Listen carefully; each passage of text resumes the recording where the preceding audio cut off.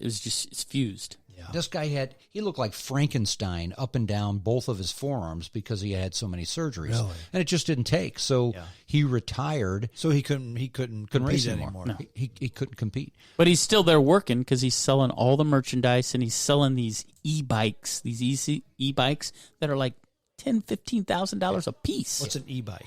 A bicycle. That's electric bicycle. Oh, okay. Yeah, so he's got a whole rig of those for sale, and people are riding them all over. They're 10, 12 grand. They're for a bicycle. Yeah, and it's kind of cool because they continue to recreate themselves. What they've done now is the day before the GNCC Pro Bike Race, they have the e-bike race. Okay. And this guy, Charlie Mullins, is now racing the e-bikes, and he's the champion on the e-bikes. And the cool thing about the e-bikes, you think, oh, it's an electronic bicycle. You just sit on the seat and let it push you. But it doesn't work that way. You actually have to pedal it in order... Like a moped. Like a moped in order to get the power. If you stop pedaling, it doesn't propel you. But it has full suspension like a motocross bike, and it's a lot faster than a bicycle can go. Does it not have a battery then?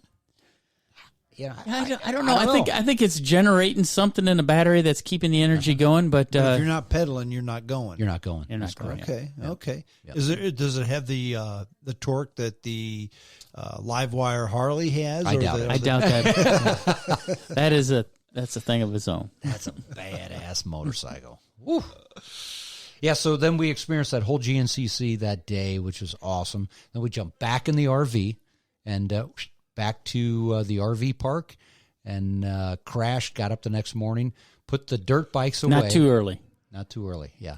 Put the dirt bikes away, got the street bikes out, and we rode street bikes every day that whole week. Really? Put 650 miles on my bike, which is a bunch for Florida because we don't have the riding that, like Sturgis has. They're riding through the mountains and everything. Right. Florida, you're riding up and down the beach, or you're in the traffic, or you're 45 minutes here to here. Still a lot of fun riding, but that's a bunch of miles. Yeah, and it was great. I mean, we started, in the morning, and wherever we went, we're on a motorcycle. Now let me stop just a minute. Harpdog, your drink is empty. Did you need another one, or are you good? I could use another one. Well, what do you want? I'll go grab a beer. I can take care of it. Okay, very, very good. Very See good. you in a minute. Okay, he's going to get a beer. Somebody need one? Yes, Budweiser. I'm good, thank you. The guys got here early. We have opened a bottle of an Epicuro Primitivo, which is a red wine. We had the Harpdog and the Maddog both had a Vesper, which is 3 parts gin, 1 part vodka, 1 part Lillet Blanc with a lemon. They had one of those each. Mad Dog's had a couple of beers. I had some wine, and I'm having a vodka gimlet, and that was my fault because I made a mistake. I started making the Vesper. The Vesper, and instead of 3 parts gin and 1 part vodka, I put 3 parts vodka in it. I thought, shit, I've messed it up. So that's okay. So I went ahead and put it in a separate glass, and I'm now having a vodka gimlet because you make a mistake, you're not throwing it out. Yeah, I'll tell you, Strong, those Vespers, it's a good drink. Man, it's a good drink. It's a lot of alcohol. It's a lot of booze. I tell you what, I'm embarrassed because if I have a full Vesper, I'm not drinking anything else the rest of the night, because if I have a second drink, then I'm toast. I'm going to doze off. So I have like a half a Vesper. I have a Vesper not in a martini glass, but I'll have it in a little coupe glass. So it's just like a half version. It's like a half Vesper. Well, I'll steal the line that Elon Musk used when he was doing his 2-hour podcast with Joe Rogan. That was 3 hours. Yeah, it was long. As he was drinking bourbon and indulging in the ganjas, he said, Rogan asked him, he said, so how do you feel? Is that affecting you? And he goes, no, it's not affecting me at all. Elon Musk is an interesting guy. Very. If you ask him a question, there's a pause. And you can see the wheels turning. Answer. And it's not because the guy's trying to be politically correct. No. It's because he's going into that vast mind of his, and he's trying to compose the answer that's going to answer not only the question that you asked, but anything remotely related to anything you could imagine linked to that question that you've asked. I had saw snippets from that interview, but I watched the full interview all the way through, and I need to watch it again. That guy he's just freaking amazing. He's beyond bright. There's so much going on in his mind. But the thing about Elon Musk and the thing about so many of those guys who are off the spectrum smart when it comes to the average Joe, there's things that they do better than anybody else. But there's also things that everybody else does that they're not capable of doing. Elon Musk has been married 4 times. Yeah, he has. And he's Really? I didn't know that. Oh, yeah. And he's he talked about that. And he's mid-40s, I think. Yeah. What is he, 44, 45? Yeah. That's it. Yeah. That's all. Yeah. But to listen to the guy and the in-depth questions that he answers, you're just like, what the fuck is he thinking? Oh, yeah. Now, I don't think he stops thinking. he doesn't. I don't think he does. I think that's part of the problem. And that was the cool thing. Rogan asked him, he said, and this was 2 hours and something into the interview. Rogan asked him, he said, what's going on in your mind? Pause. He paused. He looked down. And then he looked up and he said, there's a constant explosion that's happening all day long, all night long. And Rogan asked him, he's like, how do you sleep? And he goes, I don't really sleep. Yeah. Yeah, that's part of the problem with him. One of his ex-wives was talking about him, and he would wake up with these night terrors where he could not turn it off. He'd wake up just freaking out at 2 a.m. He couldn't sleep. He'd just night sweats, screaming, yelling, terrorist-like screams because he couldn't turn it off and he couldn't stop thinking. So I've often wished I had a brain like someone like that, but I really don't, because It'd be tasking. It's a blessing, but it is certainly a curse as well. It's definitely a curse. It's like the curse of Frankenstein's monster. But the guy he's off the chart brilliant. I mean, the best Elon Musk story that I remember hearing, and I heard him tell it, and I'm going to get the numbers wrong, so I'll just throw numbers out there that are not accurate, but you'll get the gist of what I mean. He needed to raise a whole bunch of money quick.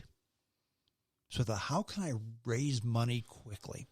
He thought, I know what's something that I can invent that I could sell to the average Joe that everybody wants. Flamethrower. He sold flamethrowers. Yeah, he talked about that. That was an awesome something story. like, I don't know, what was it, 5,000 flamethrowers at $500 a piece or something, and he raised $5 million. But they weren't flamethrowers. But they're not No, flamethrowers. he couldn't call them flame. He called them something else. I don't know what he called them. He called them something else, devices or They're something. not exactly flamethrowers. Right, because you can't sell a flamethrower, but you can sell a thrower of flames or something along that genre. But yeah, I mean that's the genius of that guy. It is. I mean, the three of us. Okay, quick. How do we raise $5 million? Raise the rent. I don't know. Yeah, I have no idea. I'm going to come up with very something simple. Rob a bank. I mean, that's how we my would. first thought. No, I'll just invent something that people will not that they'll have to buy, and they will. And he's sold out, and he's not going to do it again. Yeah, he's done with it. Yeah, he's done with it. He has $5 million. The opposite of a greedy American. A greedy American would do it to the day they die. Oh yeah, yeah. I would. Well, I mean, his company is worth more than Tesla Motors is worth more than General Motors. Now, it's interesting because he had about a 20-minute dissertation about Tesla, the man. And he talked about why he Nikola Tesla, why he named his company Tesla, and why he respects Nikola Tesla. Well, Nikola Tesla was a tortured genius as well. Right. He never married because he was kind of socially retarded. He didn't know how to act around people, women. He didn't know how to act around them. Okay. I love women. So does Eli. Apparently. Wife number 5. Yeah, exactly. But yeah, these guys are just they're off the spectrum smart. And I say that Tesla is worth more than any of the other car companies, but that was before the last 2 weeks. I don't know. Well, it's interesting because Rogan asked him. He said, "Well, yeah, I mean, the last 2 weeks though, everybody's stock has taken a dump, so who knows?" But what Rogan asked him, he said, "What's been the toughest business venture?" And he talked about his aerospace, and he talked about something else that I don't even know what it is. And then he talked about the Tesla car company, and selling cars was definitely the rock. Elon Musk said he said running a car business.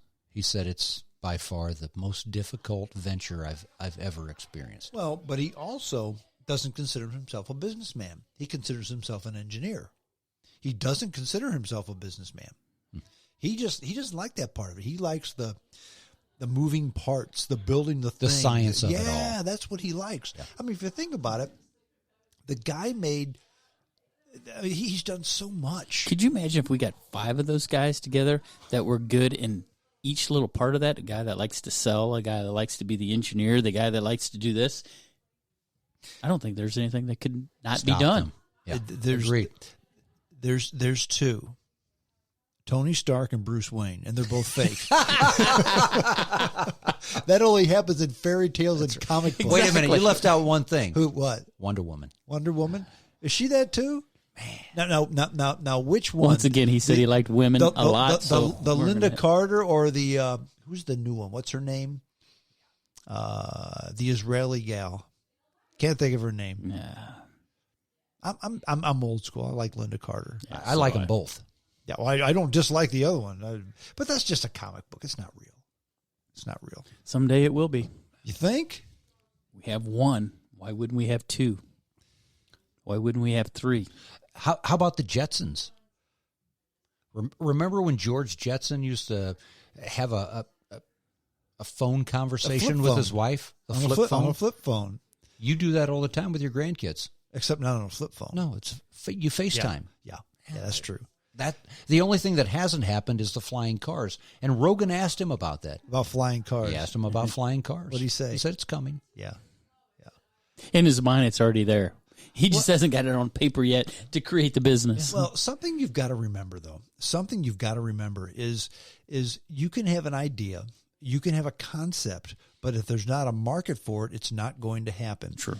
And this whole, my wife criticizes me for this because she thinks I've got the COVID-19 on the brain, and maybe I do. But, speaking of the COVID-19, but how it's going to change. It's going to change absolutely everything. And let me give you an example. I had a customer with an application this week, and we had sold him some equipment. It didn't work. And so we had gone out to his facility, me and an engineer, and we went over everything. And our stuff was good. His stuff was good. But the only thing that had to be bad was the bearings in his machine. They had to be checked. So he said, okay, we can't do this now because we're busy. And we got to run production, so we can't do the bearing check. We have to shut the thing down for that. Okay. Well, he's ready. He was ready to do the bearing check, and actually, we were going to do it, but he needed to buy some other equipment, so we postponed the meeting. But once upon a time, I would just get on an airplane, fly out there, and we'd do that check together. Of course, everybody's grounded because of the COVID-19. So I sent him a list of instructions. He understood how to do it. He was going to do it while we FaceTimed. So I was going to be there via the cell phone. We'll do it next week when he's ready. And I think it's going to work just fine. And that's an aspect. I would have never considered doing that. I just got on a plane and go. That's another aspect of American ingenuity. And somebody said it today. They talked about Yankee ingenuity. Yeah, Yankee ingenuity. Yeah. Absolutely. And because of COVID-19, that's going to happen again. We're going to figure out new ways to streamline our business, cut corners, and save money. I haven't quite figured out how I'm going to do that in the rental business, but somehow, some way. Well, it's somehow. It could be the new Cash App. It's going to change. It will. And you and I had that conversation when I said, things are going to change. They're not going to be the same.